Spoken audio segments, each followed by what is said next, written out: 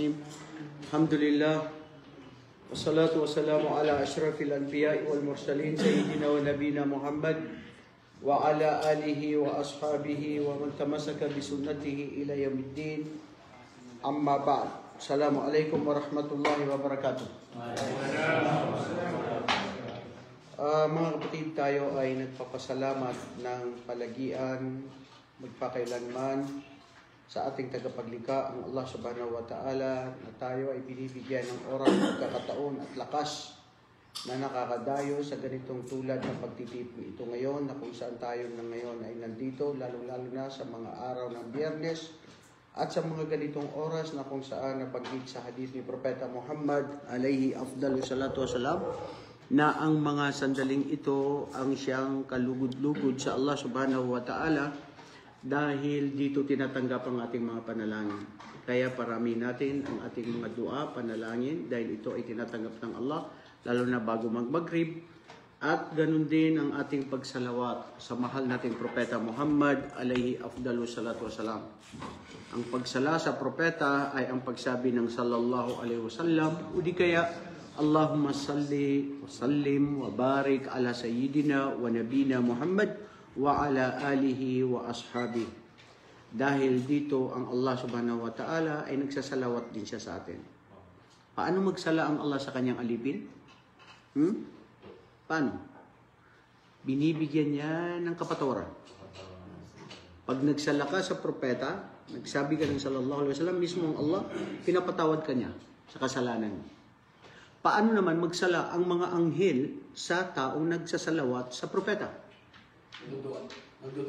Pagdudua, paghihiling ng mga anghel na papuri luwalhati sa Allah, at sinasabi nila, Ya Allah, ang alipin mong ito ay siya ay nagbigay pugay o nagbati, nagsalawat sa iyong mahal na propeta.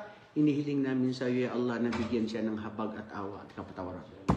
Subhanallah. Dito rin nawawala ang ating mga kasalanan, dito rin nawawala ang ating mga anumang mga hirap at mga pinagdadaanan ng tao. At dito rin tayo sa araw ng paghukom, magiging kapitbahay natin si Propeta sallallahu alaihi wasallam at magiging kasama niya, at sa pamamagitan din ng pagsala sa Propeta sallallahu alaihi wasallam, alalahanin ninyo na siya ay nagsabi ng pinakabakhil. Ta'rifuna ma huwa al-bakhil? Al-bakhil alladhi ma dhukirtu bihi wa lam yusalli alayya. Ang tao na siya ay nabanggit ang aking pangalan at hindi man lang siya nagbati o nagsabi ng sallallahu alaihi wasallam. Kung si Allah at ang kanyang mga anghel ay nagsasala sa propeta, ikaw pa kaya na isang maranaw na hindi magsala sa propeta sallallahu alaihi wasallam? Allah, ito yan mga kapatid. Anyways, mga bro, nakaraang linggo ay napsimulan na natin ang usapin patungkol sa pag-aayuno. Nakuha natin ang uri ng mga pag-aayuno, na ito'y wajib, ito'y sunnah, ito'y haram, ito'y mubah, at nakuha din natin ang mga kung bakit ang pag-aayuno ay ito ay pinag-utos sa atin ng Allah subhanahu wa ta'ala. Bakit nga ba pinag-utos? Anong dahilan? Upang makamit ang takwa. Ha? Pangbawas ng kasalanan. Upang makamit ang takwa ng mga. Very good. Upang tayo ay makamit o mapasama sa mga taong matakutin sa Allah. Ang lahat ng pag-uutos ng ating tagapaglikha ay ito ay may kabutihan sa kanyang alipin. Hindi kabutihan sa Allah. Dahil ang Allah, ang ating tagapaglikha, nananatili siya. Wala tayong maidadagdag sa kanyang kapangyarihan at sa kanyang pagka-Diyos. Ngunit kung bakit tayo gumagawa ng kabutihan o ang kanyang mga pag-uutos, ay ito ay para sa sarili nating kapakanan. Para sa sarili nating benepisyo. At ang mga pag-uutos niya ay kung tutuhanin natin, ito ay para sa iyong sariling kabutihan sa pag-iisip, spiritual, physical. At ganun ang pag-aayuno. Ang pag-aayuno, hindi lang mental at hindi lang spiritual, pati ang iyong physical na pangangatawan ay lumalakas.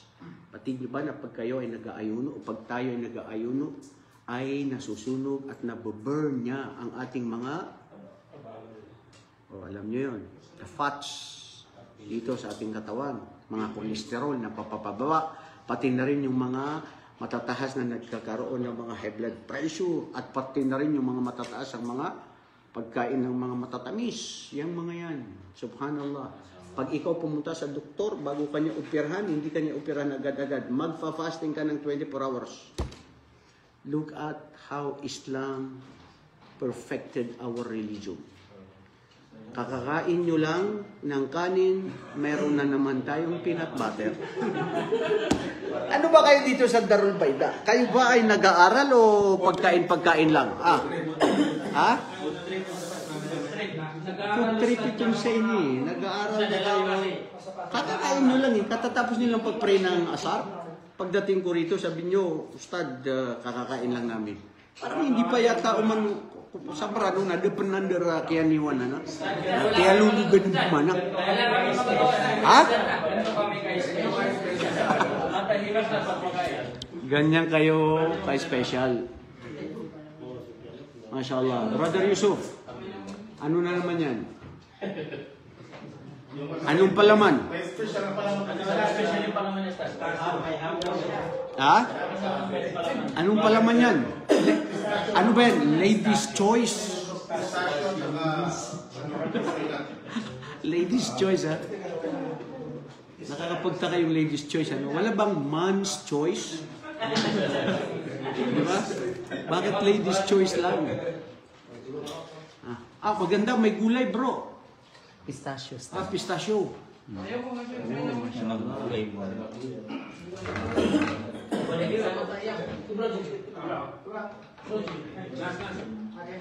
Inshallah, ganito kasaya kayo dito dahil lang sa pagkain. Wala na tayong lecture, kain na lang tayo. Ha? Masya Allah.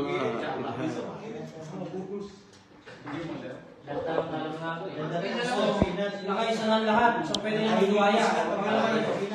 Dito daw kasi sila dito sa Darul Baida, pinabubusog sila ng pagkain. Kaalaman at pagkain. Kaalaman at saka pagkain. Masya Allah. Sana all. Sana all lahat ng Islamic Center. Ha? Usapin natin pag ayaw no, tapos kayo kumakain. Sana. Parang hindi. Jericho, parang hindi tugma ang ating topic ngayong araw. Una mo pa lang ito. Sila nakaduwaya na. Ha? Sila nakaduwaya na. Nakadalawa na. Nakaduwaya na sila. Nakadalawa. Hoy, nakaduwaya na kayo? Ari? Contentin ako sa isa. Masya Allah, Masya Allah. Yan yung maganda. Okay lang ako sa isa lang. Talaga? Wala nang dagdag? Wala na. Patay mo yung video, sir. Mabuting bata. Parehas kami ng Saddam Hussein. Masya Allah. Masya Allah, Masya Allah. Alam mo, Bakit ka pa mag-aanap sa video sa nandun na sa isa lahat. Masya Allah. Ito sa amin sa Darola. Totoo yan, totoo yan. Sige. Gusto ko yung kape. Kung ano yung nilunod mo sa amin na isa lang, yun talaga. Mga kayo niya sa Saddam Hussein. Bumalik tayo sa usapin sa pag-aayon. Kaya mag-hindi ko, ikaw lang. Basta wait lang. Mapalakas ang loob kung gusto nilang magdagdag. Magdagdag.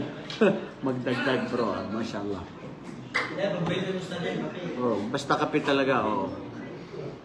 Masarap ang kape. Bismillah. Kasi, Masarap. Ba't ikaw uminom? hindi ka kumain. Ikaw lang. Ha? Walang iba. Ito ang magandang nag-aaral. Talagang sa oras na yon, inaano niya, ginagawang action. Kung anong pinag-aaralan, yun pa rin. Tamo bro, nagpa-fasting siya. Dahil ang usapin natin tukol sa fasting.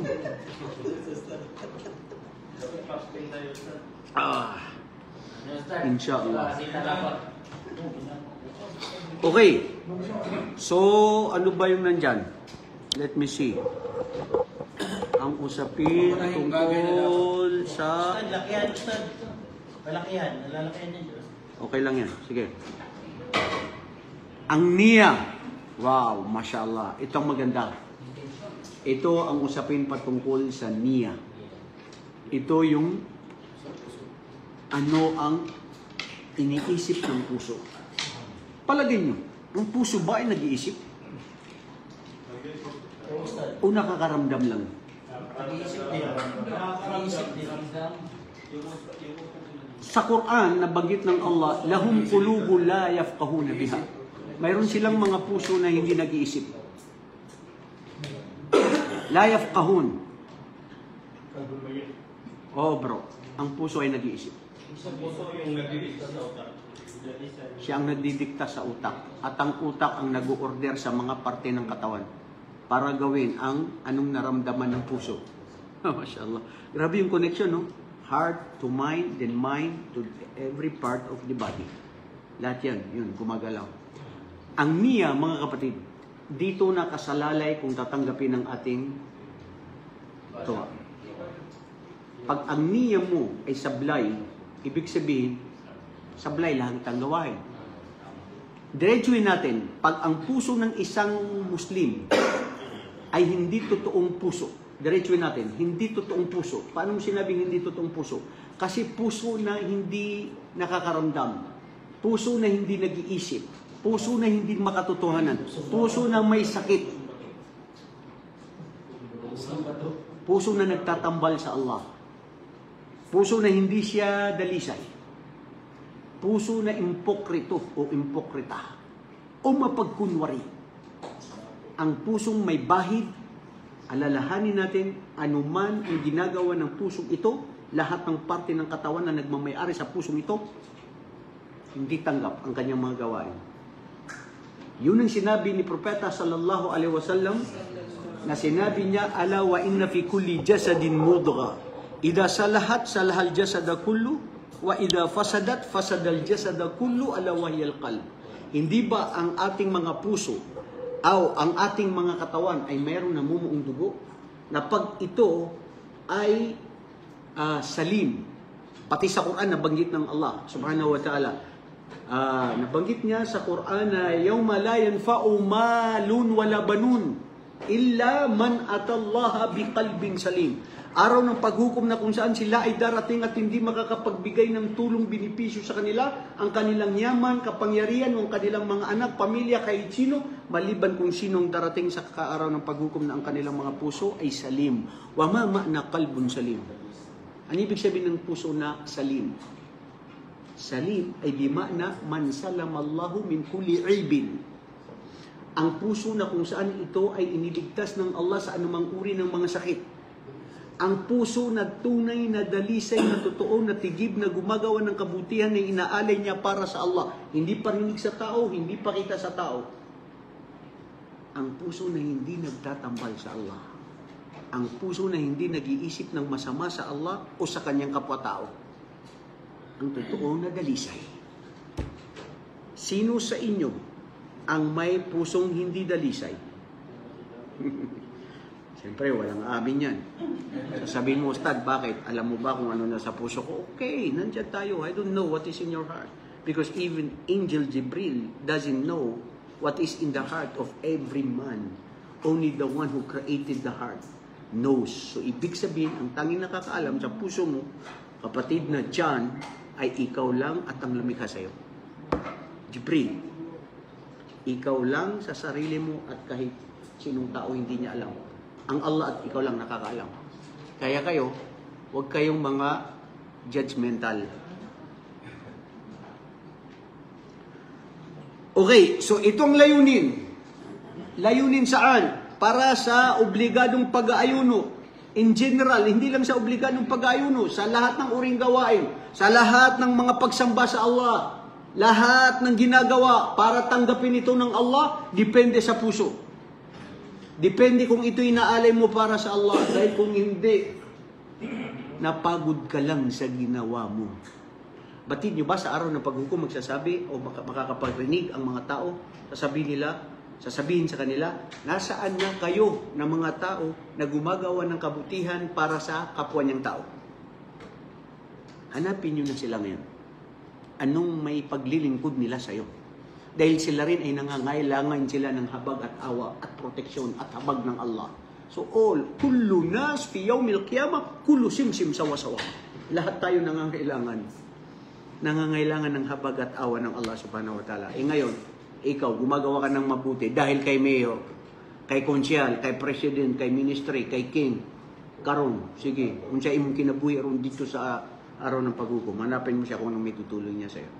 Kaya bro, ligtas ang kahit sino man na ang kanyang puso ay dalisay. Wallahi, sa totoo lang, I am not saying this because I am pure in my heart. Sometimes my heart goes kida-kida. That's normally kasi kung bakit tinawag ito na puso kasi hindi permanente. Ang puso ay nagbabago. Hindi yan permanente. Kaya lagi mo siyang i-monitor. Paano mo i-monitor? Ustad, ang puso mo. Oh, sige, paano niyo i-monitor? I-monitor siya bro, na pag may naisip o may naramdaman o may gagawin, lagi mong tignan, uy, puso ko, naunsa ka. Anong ginagawa mo? Anong inisip mo? Anong nararamdaman mo? Ito ba ay para sa Allah? Ito ba ay para sa tao? Ito ba ay ano, ganyan? So, rectify. Ang mga sahaba, pag sila ay nakaupo sa masjid, ni Propeta Muhammad, nagsasabi sila, hayya bina nu'minu sa'a. Ito katulad ninyo, ginagawa ninyo. Halik kayo, tipon-tipon tayo para panatilihin ang ating pananampalataya o para mapalakas ang ating pananampalataya. Papaano? Sa pamamagitan ng pagtitipon para sa Allah, sa pag-aaral para sa Allah, hindi lang para sa bread.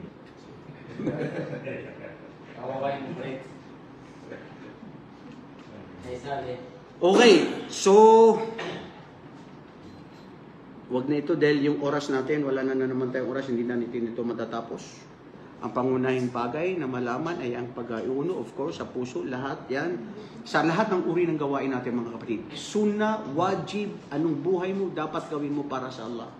Alalahanin nyo na tayo, mga Muslim, pati sa Quran, na kung saan sinabi ng Allah, inna salati wa nuzuki wa mahyaya wa mamati lillahi rabbil alamin la sharika lahu wa bidhalika umirtu wa ana awwalul muslimin. Look at this beautiful verse in the Holy Quran. Sabihin mo, ya Muhammad, katotohanan, ang aking pagpapatirapat, ang ating dasal, ang ating mga gawain na mabuti, wanuzuki, ang aking sakripisyo, ang aking pag-aalay, ang hirap na pinagdadaanan ko, anuman ang mga pinag-utos, panata, lahat, wa mahyaya ang buhay ko. So, ibig sabihin, ang buhay mo, kontrolado lahat ng Allah. Ang buhay mo, para lang sa Allah. 24/7, matulog ka para sa Allah. Mag-asawa ka, magduwaya ka. Sige, gusto mo, same, gawin mo para sa Allah. Hindi ka magduduwaya dahil para sasabihin ng mga tao na ikaw na astig. Tigil siya rin siya dito. Amya kan buya. Ha? Maganda yung sinabi mo, isa lang. Correct. Gagawa ka, bro. Buhay mo para sa Allah. Pagkatapos ano pa? Ang aking kamatayan ay para sa Allah. Ang mga namamatay, ya Allah, mamatay ako para sa iyo. Hindi yung nang mamatay nang dahil sa iyo, dahil sa watawat.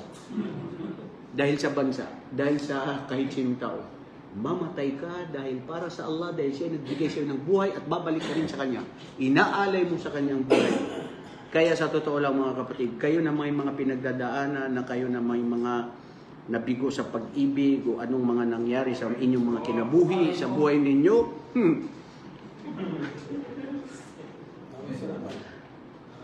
gawin nyo na para sa Allah. Okay lang magmahal, para sa Allah. Al-mahabba mawjud fil qalb. Ang pagmamahal nandito sa puso. Hindi mo yan sabihin, umalis ka pagmamahal. Martin, nandyan yan, nakaugit na yan. Sa puso, nandyan yung pagmamahal, nandyan yung takot, nandyan yung pakitang tao, nandyan. Kumpleto yan, nandyan yan. Nakakaramdam yan. Kasi kung hindi kumpleto yung puso niyan, hindi makukumpleto ang buong pangangatawan mo. Subhanallah, how amazing, how perfect Allah subhanahu wa ta'ala, the one who perfected us in all our ways, in aspect of our life, dito dahil sa puso niya. So, para lahat yun sa Allah, hindi para sa ano ang masasabi mo, pero subhanallah, nakokontrol niyo ba ang puso niyo? Sino ang nagsasabing nakokontrol ko ang puso ko? Itaas niyang kamay. Masya Allah, walang nagtataas ng kamay. So, hindi makontrol ang puso, bro. Tama? Di ba? Di ba kontrol di ba? Biglang dadaan siya, pero nakita mo lang na bigla ka lang, puso mo, hindi mo alam. Isada! Bakit ganun, bro? Sasabihin mo, uy, huwag kang nang tumibok dyan. No, you cannot control. Si Propeta sallallahu alaihi wasallam nanalangin, Ya Allah, na ikaw ang may kontrolado sa puso ng kanyang alipin. Ya Allah, pagpapasensyahan mo na at ipatawad ako na kung ako ay nagmahal na hindi para sa'yo. Dahil hindi ko minsan makontrol ang puso. Nasa kapasyahan mo ito. Mga kapatid, ganito kahalaga ang niya. So, paano magniya ng mabuti? Paano? Sasabihin ba? O puso lang? Puso lang. Paano? Alam mo, nung malita ko, sinasabi ng mga ulama puso aki, puso ang pairalin, puso ang ganyan-ganyan. Sabi ko minsan sa sarili ko, nung nakikinig ako dun sa ustad na yun, ano ba yung puso? Ano nararamdaman? Ano nakikita? Hindi ko talaga alam. Hindi ko alam. Paano? Sa magiging na lang mo. Dahil kung ano yung ginagay ng puso mo, yun ang ginagawa. Yun pala, nung ako'y lumalaki na, tumatanda na, doon ko napagtatanto na ang puso siya ang nakakaramdam. At dapat bago niya gawin yun, isipin niya, gawin niya, na yun ay gagawin niya para sa Allah. Wallahi bro, ramdamin ninyo, hindi ko ito sinasabi, based sa ma-experience ko. Tumulong ka para sa Allah. Magmahal ka para sa Allah. Gumawa ka para sa Allah. Wallahi mararamdaman mo ang tamis ng pananampalataya mo. Na hindi pakitang tao, hindi parinig sa tao. Tumulong ka na para sa tao, balang araw magigipit ka, sasabihin mo, bro, ako ngayon ang nangangailangan. Hindi ka niya matulungan dahil siguro may mga nangyari o walang pagkakataon. Hindi ka magsasabi na ikaw talaga wala kang utang na loob. Hindi ka nakapunta rito kasi pinautangan kita. Ako ang nagbigay siya ng trabaho. Ako ang nagpalaki sa'yo. Ako, ito, ganyan.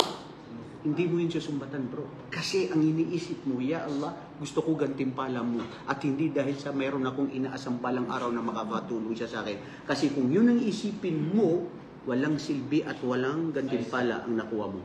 Anong sinabi ng Allah sa Quran? Tungkol sa huwag niyo banggitin ang mga ginawa ninyong masama. Mga ginawa ninyong mga kabutihan. Ya ayyuhalladhina amanu la tubtilu sadaqatikum bil manni wal adha kalladhi yunfiqu malahu riya'an nas. You see how connected? Yung mga tao pala na gumagawa ng kabutihan para sa tao, ang sa kanila sumusumbat sa araw ng sumusumbat sa tao. So isipin mo kung ikaw, ako, minsan sa sarili ko na nakakapagsabi na sabi ko, ito walang utang na loob, ito ganito siya. Ibig sabihin yung ginawa mo na itinulong mo, wallahi hindi ikhlas. Sino makakalam? Ikaw mismo sarili mo. Tutuhanin mo sarili mo. Tinulungan mo siya, anong ginawa mo, pero balang araw, huwag ka manumbat sa kanya. At minsan, hindi lang sa ibang tao, mismo pati sa mga pamilya natin, anak natin, asawa natin, magulang, ugnayan niya sa anak. Minsan sasabihin ng magulang, walang utang na loob, pinalaki kita, binigay ko ang lahat, nangutang ako, ganito, ganyan. Ano yun? Emotion yun. Nakakaramdam ng puso. Which kung titignan natin, hindi dapat ganun ang magulang. Ganun din ang anak. Sasabihin niya sa magulang niya, inay, itay, napahadж kita. Ito ang ginawa ko sa'yo. Ako sa mga anak ko, ako nagbibigay ng mas malaking sadaka, sustento para sa inyo. Pero nakita ko paghahati-hati ng mga lupa, mas malaki kay sister, mas malaki doon sa ano. Nasaan ang in fairness? Bakit? Tumutulong ka pala, nagmamahal ka sa magulang mo dahil mayroon kang iniisip na balang araw, kung mayroong paghahati-hatian, mas malaki sa'yo? No, never expect in return, bro. Huwag kang humasa na ikaw ay gagawa ng kabutihan dahil mayroong balang araw na sila ay gaganti sa'yo ng mabuti. Ito ang ikhlas. Ganon din sa mga nagtuturo sa mga ustad. Hindi dahil may pera, hindi dahil mayroong ibibigay sa'yo, hindi para ikaw maging sikat, maging tanyag, hindi kung para ikaw ay sasabihin ng mga tao na, Ustad, number 1 in Tamiya. La abadan. Ang mga rusul, ang mga anbiya, anong sa kanila? Sila ay gumagawa ng pagdadawa, pagpapalaganap ng Islam dahil ang layunin nila para sa Allah. Gantimpala sa araw ng paghukom.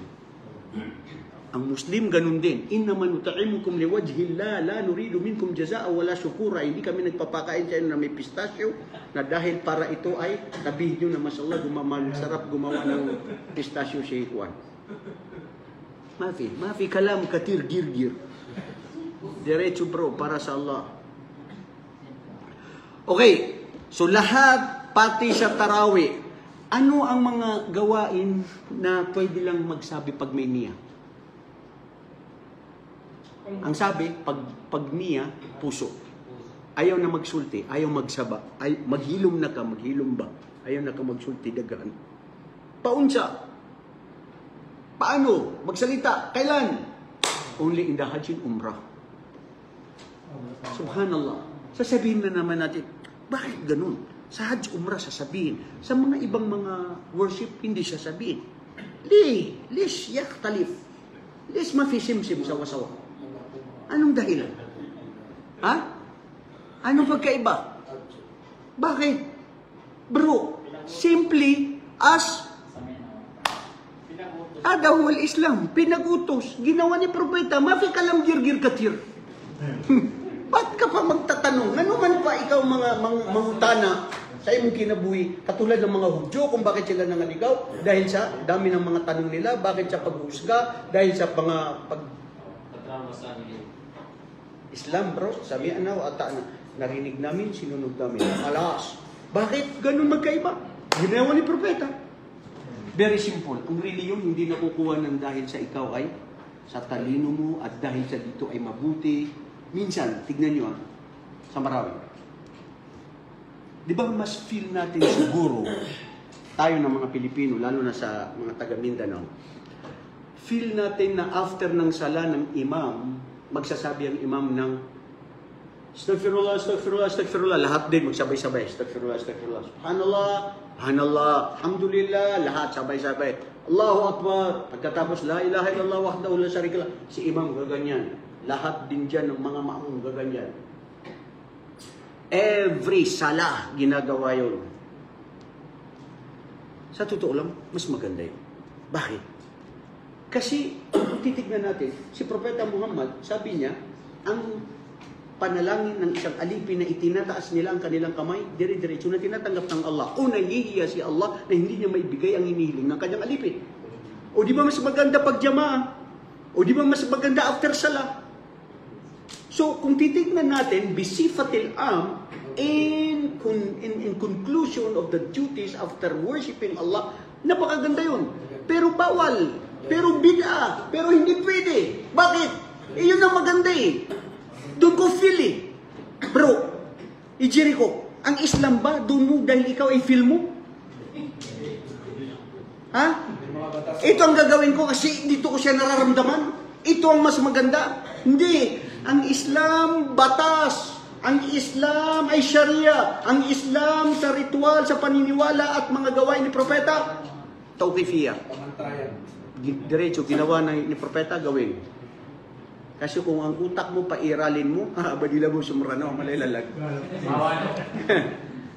Tignan mo si Ali, radiyallahu anhu. Anong sinabi? Kung, yung sa medyas lang, di ba? Pag naka-medyas tayo, bakit tayo magpapahid dito sa ibabaw at hindi sa ilalim? When mo ka-inter, Muslim? Ang mukh, dapat doon sa ilalim, lish. Kasi nandun ang dumi. Nandun yung mga naapakan mo o may mga dust. Pero nga naman dili. Dirito sa unahan. Parang walang common sense. Talagang sasabihin mong walang sense. Pero bakit ganun? Kasi yun ang Islam. Yun ang Islam. Ganun din, Maranao. Doon sa libingan, may parusa. Apoy ang parusa. Sinabi mo, hindi, walang apoy. Namatay na si Firaun sa dagat. Hanggang ngayon, di pa nilibing, may apoy. Nasaan ang utak niyo? Ikaw ang utak mo na isaw. Nasaan ang utak mo? Saan mo nilagay? At tunga na nga din na binantara utak ka. Dahil hindi siya nailibig. Bro, ang Islam, ulitin ko, kung bakit nangaligaw ang mga nauna, ang mga pilosopo. Kung bakit may mga Muslim din na minsan, waliyaudu billah, naliligaw. Dahil, yuqaddimul akal badalan minan naql. Dahil nangingibabaw ang utak nila kaysa kung ano yung kitab na Quran o di kaya ang sunnah. Naniniwala sila. Tama. Binigyan tayo ng Allah ng 5 pandama. Nakakakita, seeing, hearing, nakakarinig, smelling, touching, utak. Maski hindi mo nakikita, alam mo kung ano nandyan. Nagprito siya doon ng itlog. Hindi ko nakita. Pero pinaniwalaan ko. Bakit? Itlog. Amoy itlog. Yan naman ang sabihin mong bagoong. Itlog talaga yan. Totoo. Logic. Mga logic na ginagamit. Pero pagdating sa reliyon, walang logic. Sami anawa ata na. Batas. Siyempre, na diga. Pag yung utak ko, na hindi siya nasang-ayon doon sa Quran at sa Hadith na, di yan ang kagaga. Di kagaga saraga, di yan ang kagaga akal. Parang hindi matanggap yan ang utak ko. Kasi dapat sang-ayon ang utak ko sa Quran. Allahu Akbar, a'udhu billah. Utak mo na utak bulinaw, isa sang-ayon mo sa Quran?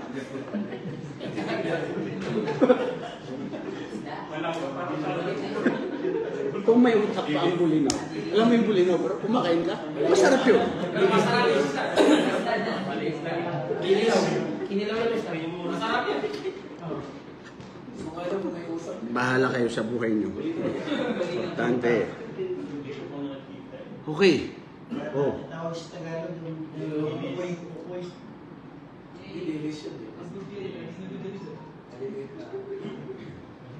Okay, bro. At ito ang salayunin sa lahat, sa pag-aayuno, bago ka. Okay, may katanungan dito, may masala. Pag nag-ayuno tayo, sapat ba na magniya ng isang beses lang o kailangan araw-araw? Pag sa Ramadan. Pag sa Ramadan. Ha? Isa lang sisis. Dalawang opinion dito ng mga ulama. May nagsabi na araw-araw, may nagsabi na pwedeng isang beses lang. May nagsabi na pwedeng isang beses lang sa una ng pagdating ng Ramadan, iano mo yun. At saka may nagsabi din na kung bakit dapat i-araw-araw dahil nga, siyempre, naano mo yung puso mo, na nare-rectify mo o na-charge mo o nalilinis mo, bakit ka ba? Pero kung nakalimot ka na at hindi ka nakapagniya sa araw na yun, pero nauna na sa unang Ramadan pa lang na nagniya ka na buong Ramadan, okay, accepted na yun, sabi ng mga pantas. Kasi pwede naman araw-arawin mo yun at pwedeng hindi mo rin araw-arawin minsan kung ikaw ay nakakalimot. Huwag mo lang gawin ang iba na sinasabi nila, Ari, mag-pray tayo. Hindi, nagniya na ako na mag-pray ng 1 taon. Hindi na ako mag-pray.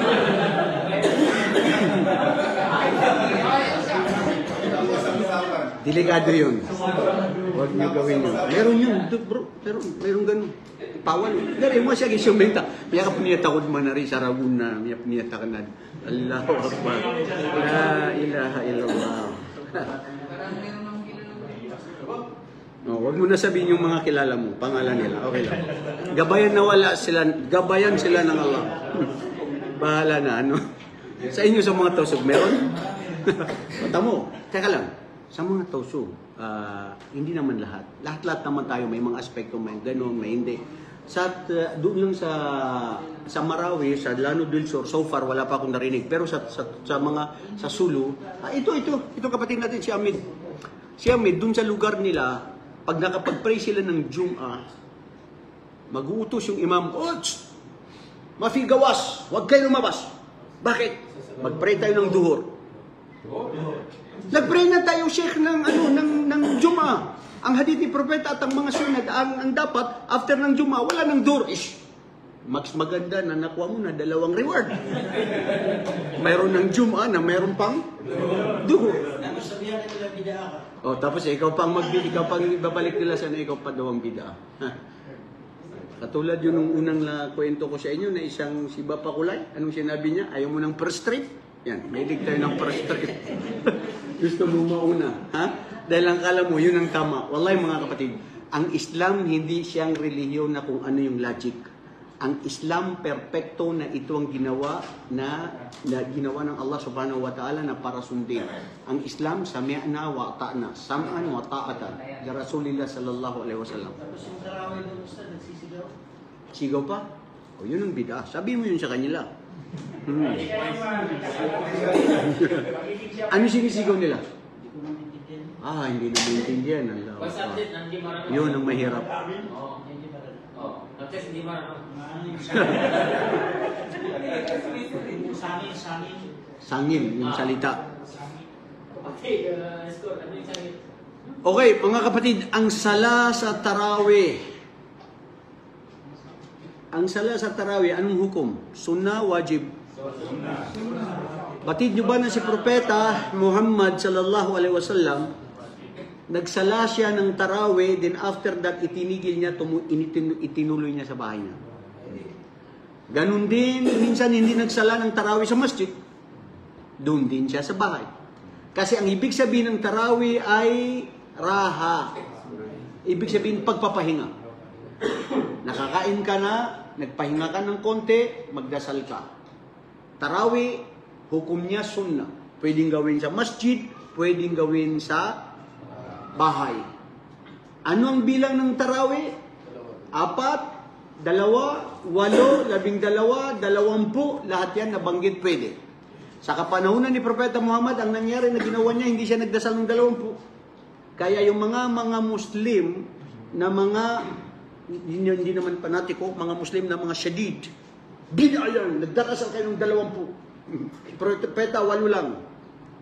Kalma lang, bay. Naihadid si Propeta na iyang giingon. Anong iyang giingon? Nag-ingon siya na alaykum bi sunnati wa sunnati khulafai rashidin. Panghawakan ninyo ang aking sunnah, ang turo ko at ang mga turo na ipag-iwanan sa inyo ng aking mga khulafai rashidin, ang mga successor ko, Omar, si Abu Bakar, si Uthman at saka si Ali. Si Omar, nangyari sa kanya, itinalaga sa kanya, sa kapanahon niya 20 ang rak'ah. Ano, bid'ah? Ikaw lang nagbibid'ah kasi matagas ka niyo lo, malaki lang. Ha? Kasi tama. Ayaw mga. So, ibig sabihin, pwede 4, 6, 12, o pwedeng 8. Pwede sa bahay, pwede rin sa ano. Ustad, sa mga Ustad, 12, no? Dati 20. Dati 20. Ngayon, after ng pandemic, nakita nila, ginawa na nilang 12. At tapos naging 11 na ngayon. Yung unang Ustad last year, siyempre napapanood ko lang sa YouTube. Excited ako magsala ng 21 raka. Tapos nung mag-umra tayo, nag-umra ako 11 lang. After pandemic, wala. Nabutan ko yung bro.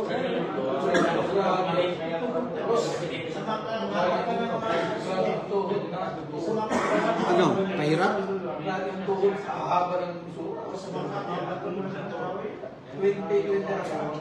Okay, so bro, ibig sabihin, ang pagtatarawi ay ito ay bilang sunnah ni Propeta Muhammad. Pwede gawin sa bahay, pwede rin sa masjid. Pwede ilang rak'ah at kaaya-aya. Bro, tingnan nyo. Ang Islam, relihiyon na minsan, anong sinasabi nila? Al-Islam salihun fi kulli zamanin wa makan. Ang Islam ay sumasang-ayon sa lahat ng lugar at sa lahat ng panahon.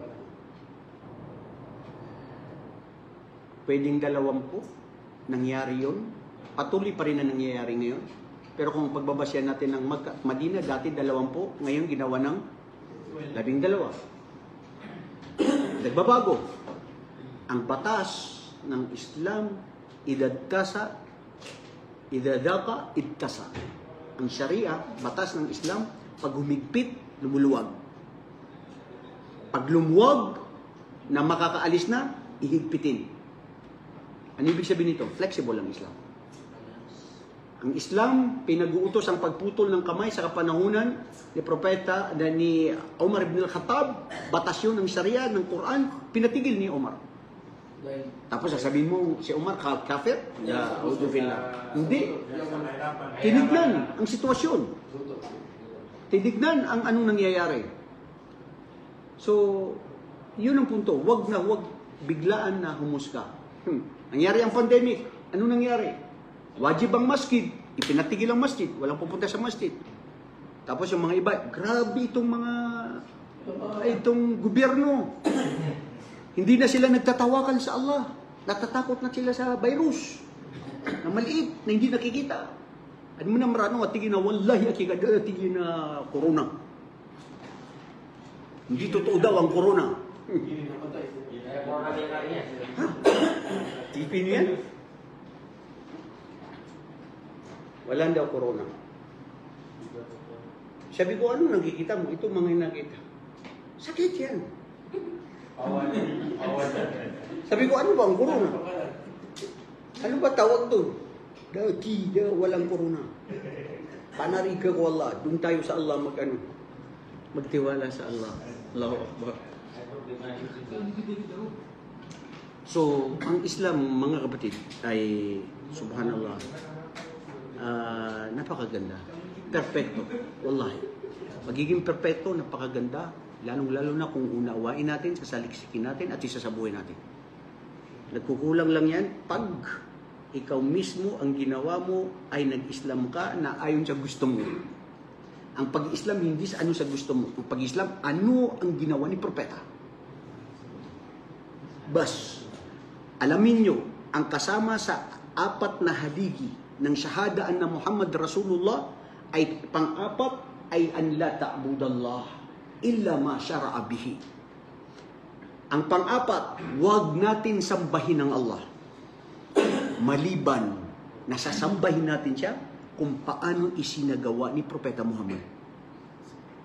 Ang pagsamba sa anumang uri ng pagsamba ng mga Diyos-Diyosan, kasama si Allah, isama mo, bawal! Maliban kung ang pagsamba na para sa Allah ay ayon sa ginawa ni Propeta Muhammad. Maski pagsamba mo na para sa Allah, ikhlas ka pa, totoo pa yung ginagawa mo, umiiyak ka pa, niupis-upis pa na beneng ka sa haligan ni kasimbayan.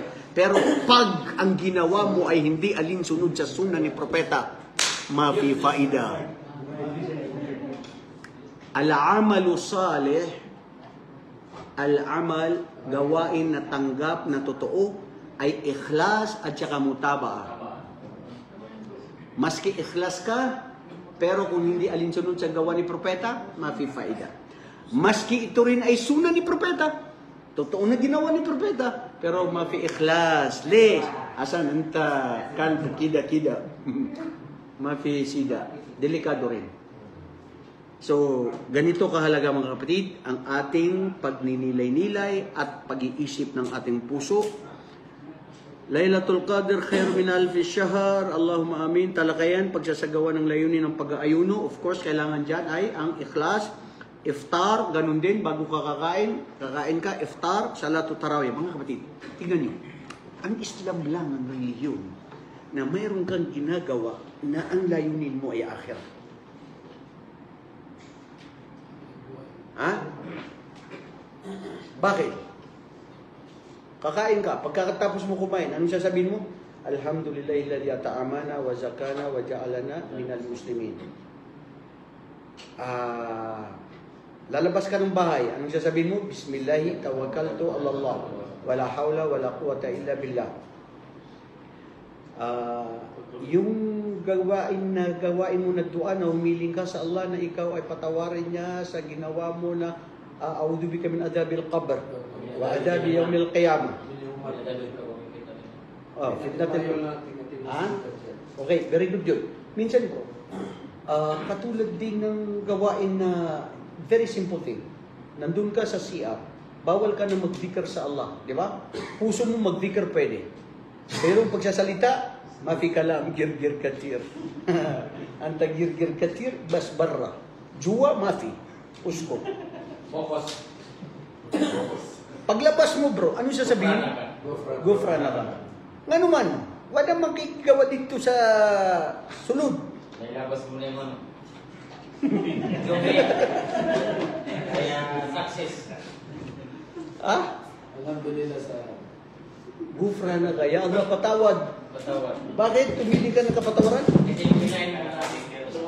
Hindi lang yung lumabas, bro. Hindi lang yun. Nagpapasalamat ka sa Allah dahil sa oras na nandoon ka, hindi ka nakapag-dhikr sa Allah subhanahu wa ta'ala. Allahu Akbar. Paano na kaya kung wala ka nga doon? Hindi ka nga nagdi-dhikr doon. Pag nandito ka pa sa... Pag nakapunta ka pa dyan sa mga... Aywan ko kung saan ka pupunta dyan. Boulevard, aywan ko. Bro, wag mo kami hatakain na pumupunta sa Boulevard World. Judgmental ka. Ano, alam mo ba ang nasa puso namin? Meron bang mapapatibay na hadith at Quran na bawal pumunta sa Boulevard World? O bawal pumunta sa Ermita at sa Mabini? Sige nga, judgmental kayo eh. Kayo nagsasabi pumunta ko sa Ermita Mabini, iba nang iniisip nyo eh. Pumunta lang ako doon para mag-check up at magpatingin ng mga bagong offer para mag-abroad.